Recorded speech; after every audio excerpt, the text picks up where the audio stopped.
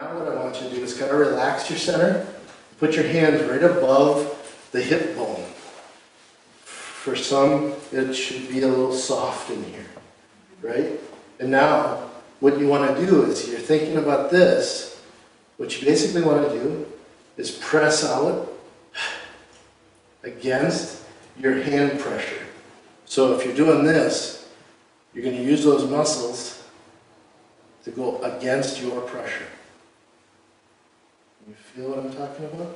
If you don't, I can help you find it. Does it have to go far? No, and for some it won't. You know, some people have a better link. Some people have a little link that has to be learned and utilized through the day. And you know, teaching this in my clinic is easy. I can get a person to feel it. The hard part is, you got to use it all the time. If you're going to push a door open, if you're going to pull a door open, if you're going to open your car door, if you're going to get into your car, this has got to be on, always. Within about 2 weeks, you'll have to think about loosening it to know if it's on or off, because it'll be actively on all the time. What they say is quoted in here. You guys can sit down if you want. It's quoted in the packet. What they say, in order to function appropriately in a given day, for most tasks, you only need to have 25% of this activity. If you're going to lift 100-pound bags of rock salt, you have to have more of it to protect yourself.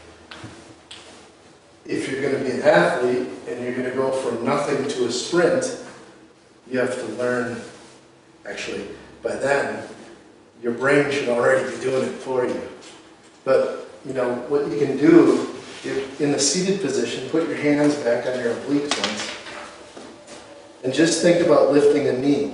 But what I want you to do before it happens is, what should happen, these should contract a millisecond before your leg moves.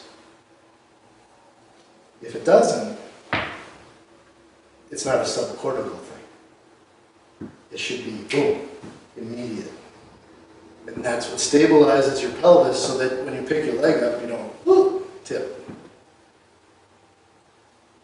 It's a reflex.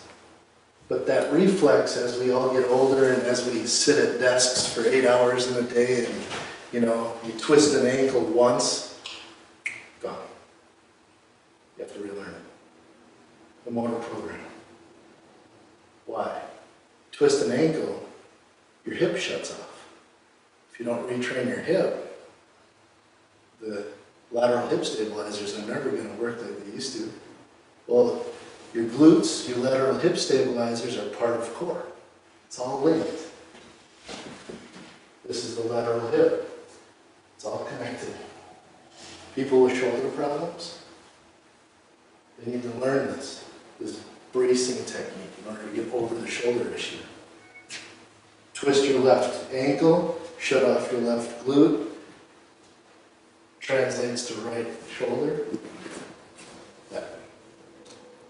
Because you destabilize the shoulder eventually. One of the best ways to get the shoulder better, train this. How do you train it? Here, this is a cool picture if you page through there. This is kind of what I was talking about as far as the boxer or the UFC fighter. You can see in the picture how, yeah, he's got a six-pack, but also if you look a little bit to the side, you can see how that oblique on that diagonal line is linking right to his hip, so that when he takes that blow, it's not doing this to him. It's not buckling him. That muscle that you can see in the picture is getting incredibly active and keeping his pelvis right underneath him.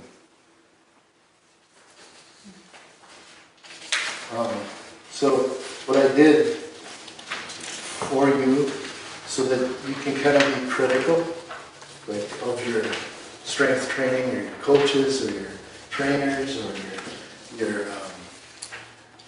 whomever you use for fitness or performance, the ultimate approach has 5 stages. When a person is learning fitness or wanting to become stronger, these 5 stages are set in a progression. You can't put 4 before 1. It has to be learned in this sequence. So it's kind of like a cliff note.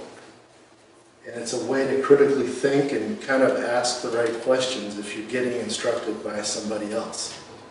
And that's kind of the whole point of the lecture series, is to help you ask the right questions and be a little bit more cynical as far as what type of help you might be getting or not getting, for that matter.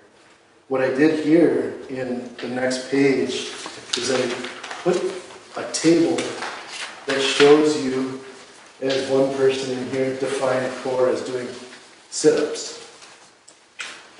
Well, if you look at unsafe, the second kind of category, when you do sit-ups with a bent knee, there's 3,300 newtons or 300 or 730 pounds of torque in your lumbar spine. Well, it's pretty crazy when anything between 2,000 and 2,600 newtons is considered safe in the battery of them above. So now when you get into your sit-ups with straight knee, your Roman chair exercise where you're kind of in this position, you're pulling your knees. That's good for you? Well, it's got a lot of high shear force into the lumbar spine. The prone Superman, do you know what that is? Mm-hmm. It's where you're laying on a ball with your feet maybe up against the wall, and you're going out and raising your arms and going into extension. Your tummy's on the ball. Oh, okay, yeah. And people will do that. Yeah. Yeah, there's 6,000 newtons or 1,300 pounds of shear force to the lumbar segments, which is basically 3 times what the back can usually take. So how many times do you see that in fitness or exercises like it, right? I see high school kids that are being instructed in gym class to do this stuff. You're setting these kids up for a world to hurt down the road. Because, the back, your spine, is like a flexible spoon, plastic spoon. And what McGill showed in his research, he's got a pretty killer lab. He'll take a live spine, newly dead, and put it in this really cool apparatus that pins it on top and pins it on bottom, and he hits go, and it goes as many times as it needs to until a disc blows up. What he found out was it takes 15 years to destroy a disc. So the people that say at work, I bent over, man, and I picked up this wrench, and I blew my back out. It's the work's fault. You wouldn't want Stuart McGill in your city. Because he could prove that you didn't hurt your back at work. You hurt your back over 15 years. It just happened to be the instance that it went.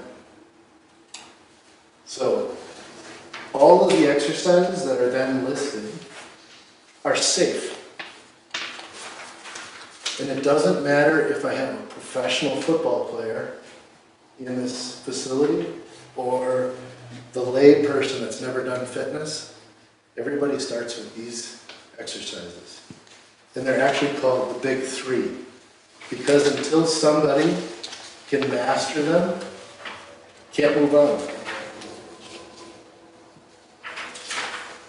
So the first exercise that you see, you have to be able to do 20 to 30 repetitions with 0 movement at the lumbar or rotation or shifting You have to be still as can be, to the point that we'll actually put a dowel rod on the spine, and they gotta do the motion, and that dowel rod can't move. And then you move on to fitness. So then the next exercise in the big three is typically called a side bridge. I have a picture here that just shows it with the knees bent. That's much easier than with full legs extended.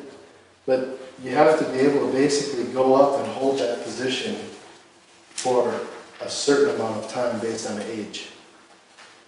The actual exercise is only done 6 repetitions for 6-second holds, because the specific muscles will actually lose blood flow and end up hurting the muscles. But the test is you should be able to really hold a side bridge for 1 minute to 2 minutes. And that's legs fully extended, not just knees bent. That's kind